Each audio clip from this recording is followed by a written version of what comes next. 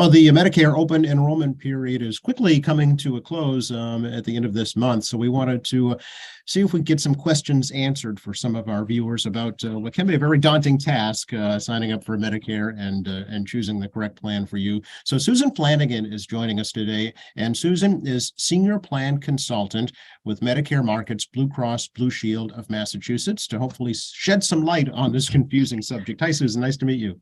Hi, Joe. Nice to meet you. Thank you so much for having me. Yeah, it's our pleasure. As you know, 65 gets closer and closer, it looks younger and younger to me. Me too. And I know a lot of other folks are approaching that age as well. It's kind of the magic number, right, when it comes to Medicare. Yep. So we'll start there and talk a little bit about, we'll Sure. get real basic here. What is Medicare, Susan? Yeah, so sure. So great first question. So what is Medicare? Medicare is health insurance provided by the federal government. It's really broken down into two parts. We have Medicare Part A, which when you think about Part A, it's your hospitalization and your skilled nursing. Um, Part A is typically premium free for most people. You've paid into the system throughout your life. And then Part B is all of your doctor care and your outpatient services. So, doctor care, whether you're in or out of the hospital, and then outpatient services are your labs, x rays, MRIs. Part B of Medicare, typical premium for Part B is $164.90 per person per month. And one of the things about Medicare is once you go on to Medicare, everything's really individualized. So sometimes while you're working, you think about health plans as, your family or couple, but Medicare is all individual. Premium for most is that 164.90. If you're collecting Social Security, it comes automatically out of that Social Security check. If not, you work it out to pay that monthly premium. So, Do you have to sign up for Medicare when you turn 65? do you have to sign up for Medicare? That's a question that we get all the time. Most people are going to sign up for Medicare. Now, you don't have to do anything. If you never sign up for Medicare, you'll never be penalized. But if you don't sign up for Medicare at the right point, you could be subject to a penalty if you later on enroll. So typically what will happen is that when somebody's approaching age 65, they have this time period called your initial election period. It's 3 months prior to your 65th birthday, the month of, and 3 months after.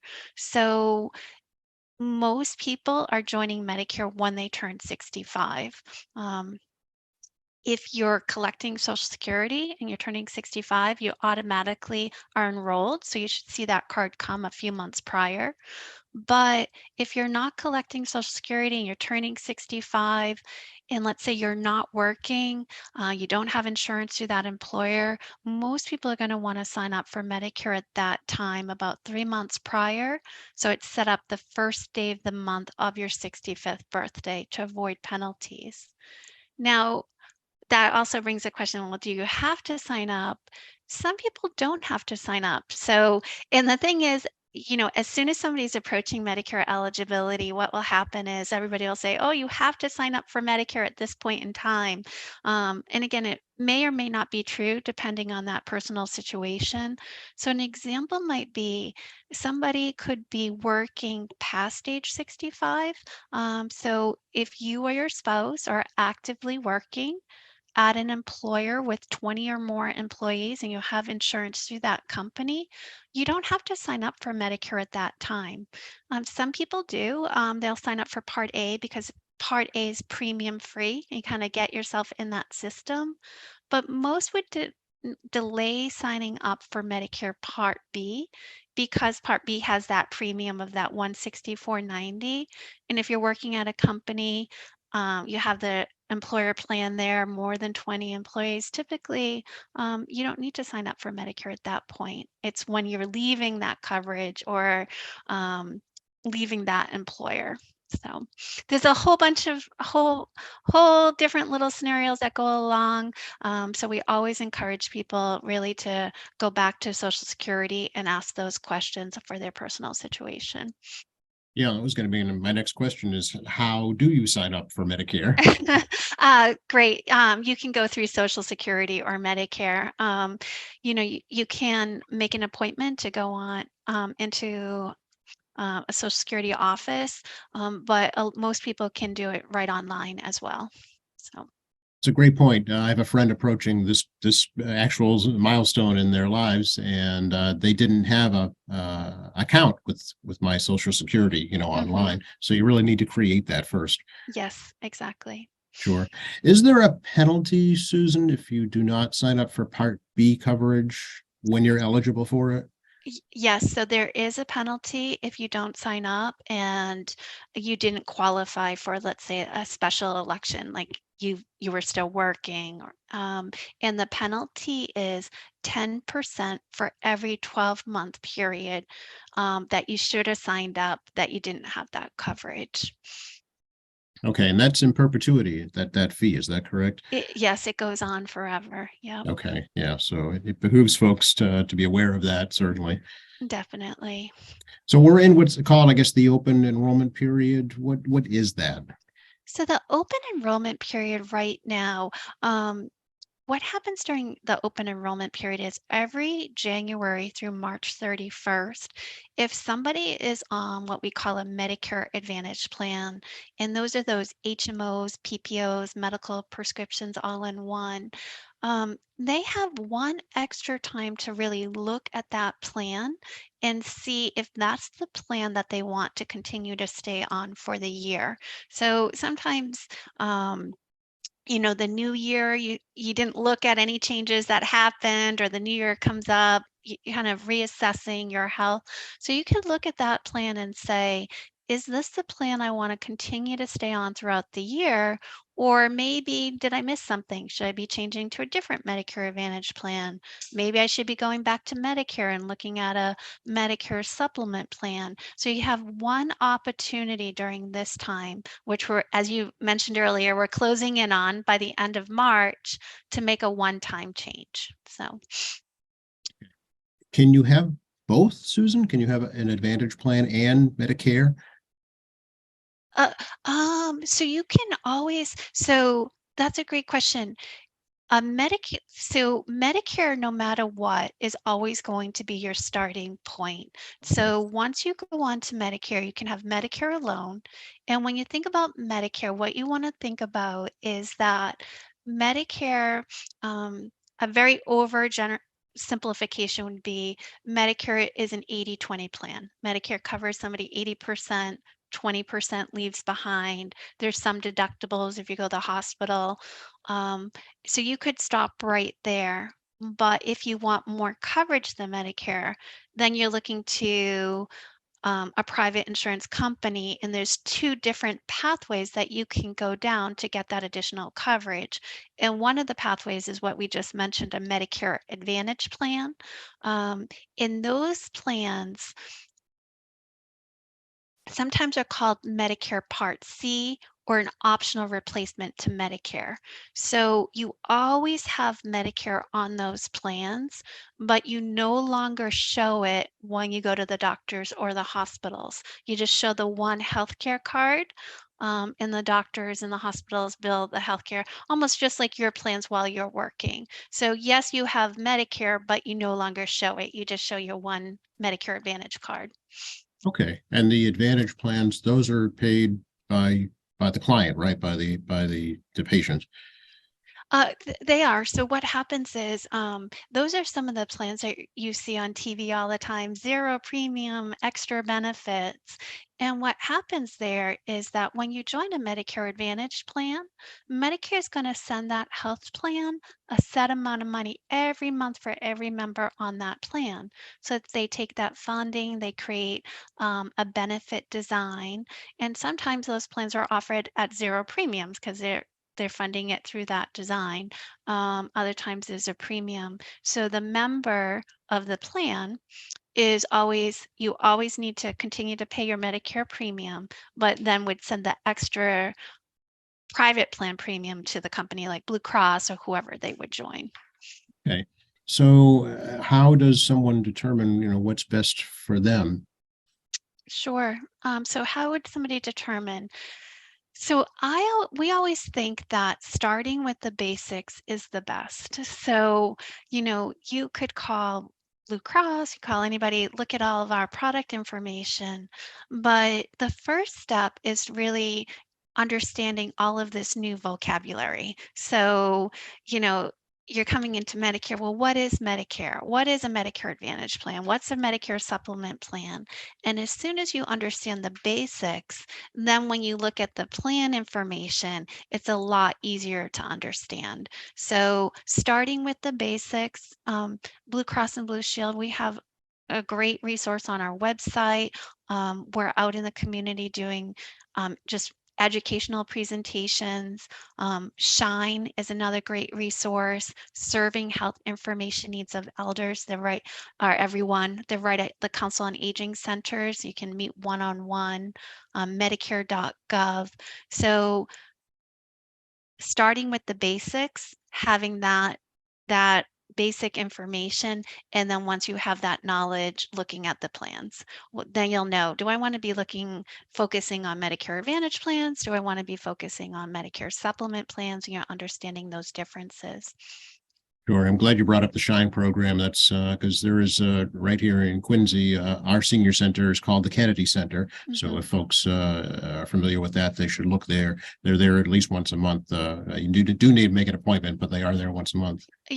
They're a great resource. They know all the health plans, they know all the information, they know resources to help reduce cost.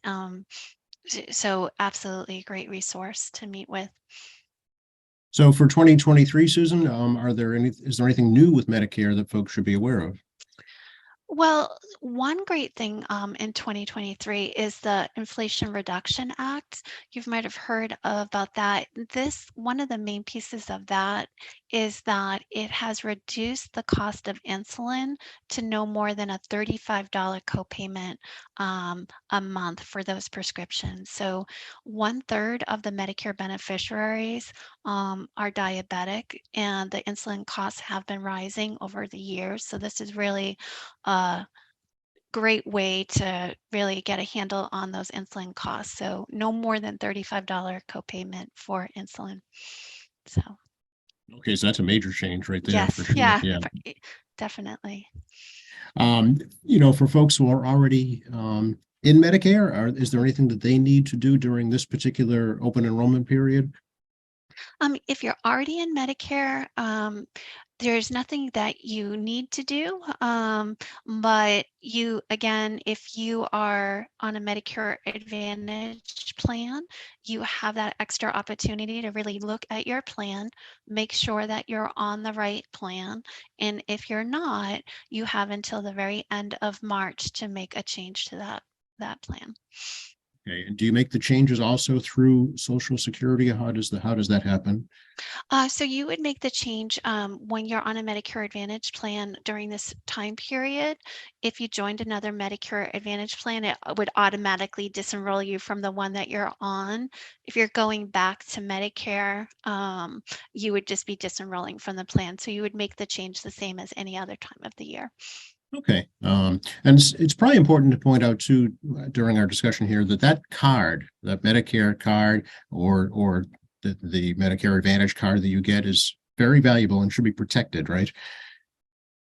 Absolutely. So your Medicare card, it used to have your Social Security number on it. They did make that change. So now it is a Medicare claim number. But, if you have a Medicare Advantage plan, you don't need to carry around your Medicare card because when you're going to those doctors or hospitals, it's really just showing your Medicare Advantage card. So you can put that away at your house. You'll always have Medicare. You just don't need to show that. That is different though if you have what we call a Medicare supplement plan. So on those plans, when you go to the doctors or the hospitals, they work different. Medicare is your primary insurance, so you're showing that Medicare card, and then a Medicare supplement plan is a separate card that you're showing as well. Okay, So, great. So that's good to know. But I know unfortunately, a lot of folks are taken advantage of by unscrupulous scammers when it comes to mhm. Medicare plan. So they need to guard that. Anything else we should let folks know about today, Susan? I would just say, there's a lot of information out there on Medicare. It can be very confusing. It can definitely be confusing for people too that are just leaving employer coverage because it might be the first time that they're navigating this whole system on their own, trying to figure out these plans. So, just as you said earlier, the education of the basics first. What is Medicare? What are the types of pathways that you can go down to get that additional coverage? One of the things you always want to ask when you're leaving employer coverage is, do I have group retiree coverage when I leave? So make sure you're not leaving a retiree health plan on the table that you've worked 20 years and they're offering that. Now, most people aren't going to have that option, but if you worked for a company, you might want to make sure you know your benefits when you're leaving. If you don't if you have that option, you're typically choosing from what the company is offering you.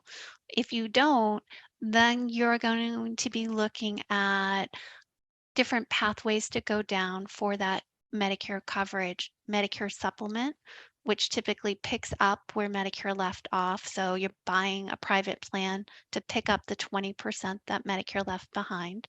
Those plans don't include drug coverage, so then you'd buy a separate prescription drug plan. That's one pathway. Or you're going to look at the Medicare Advantage all-in-one medical prescriptions. At Blue Cross, we have all of those options. Many of our other carriers out there have all of those options. So the first thing to do again is, you can talk to Shine, you can come on to our website, others, and learn those basics so that when you're looking at the product information, it's much easier to understand. Okay. The supplement plans, is that what's also known as Medigap, or is that different? You've got it. So Okay. Medigap, what's actually tricky is all this terminology. So when Yeah. people are looking and reading, they'll see the term Medigap, and then it changes to Medicare supplement, or it changes back to Medigap. So those two terms mean exactly the same thing. And they're a term for a private insurance that you buy to pick up the gaps in Medicare or supplement where Medicare left off. So Medicare is paying first, and these plans are just following along just to pick up where Medicare left off. So Okay. And a supplemental drug plan, is that another separate plan, or is that you included got it. it So is? Okay. if you're going down that pathway of Medicare, so think 80/20 with some deductibles, you want a plan to pick up that leftover amount. That's a Medicare supplement plan through a private company. That picks up that 20%, and depending on the product you buy, it could pick up different deductibles. But a supplement's job is to really just pick up where Medicare left off. So Medicare alone doesn't cover prescription drug coverage, so a supplement isn't going to cover prescription drug coverage. So on that pathway, you're going to look to buy what we call a standalone prescription drug plan. And these plans can be purchased through a host of carriers. There's a host of anywhere from premiums from low premiums to over $100, but all the Part D plans are going to follow a set plan design that's set by Medicare. So again, back to Shine, you can always meet with Shine. You can give them your medications. They help you find the best Part D based on your medications. That's a great point. And like you said earlier, it's every plan is individual, depending on your needs. If you don't have prescriptions or many prescriptions, you might need one plan as opposed to if you're dependent on, say, insulin or another prescription, Mhm. you'll need a different plan. Yeah. Lots to consider, certainly, and Definitely. lots of questions. Yeah, I really want to thank you, Susan. Anything else you can think of right now that folks should be aware of? Um, no, just want to thank you, Joe, for having me on, and just want to let people know that we're here for you. We want to help with that education on the Blue Cross website, Blue Cross MA, or Medicare.bluecrossma .com. You'll find us there. You can give us a call. We're out in the community doing seminars, webinars, and you know, in a just trying to have that robust presence in the community. So if you have those questions, there should be no shortage of information that you can gather from Blue Cross, from Shine, from Medicare.gov. It's there for you. And we hope to make this as simplified as possible for you. Well, it's good to know that there are folks like you helping, and it's also good to know there's still a little time left to make some changes this year until March 31st. Absolutely. Thank you.